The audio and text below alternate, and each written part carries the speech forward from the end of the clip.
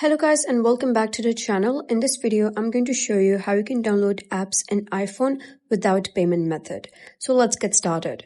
First of all, you gotta head over to settings and make sure you're connected to a strong Wi-Fi network. Then you gotta sign into your iCloud account. Make sure that the iCloud account you use to sign over here should be the same one that you used to sign into your app store. So once done, you gotta head over to settings, click on your iCloud account. Scroll down and you'll be able to see media and purchases. Click on it and then you gotta click on password settings. After that, you gotta make sure that you have toggled this off, that is require password.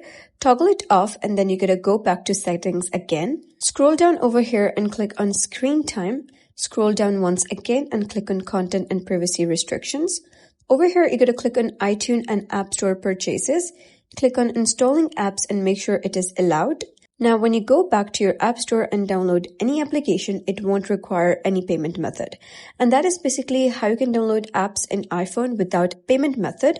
So if you found this video helpful, consider subscribing and leaving a like. It really helps me out and I'll see you next time.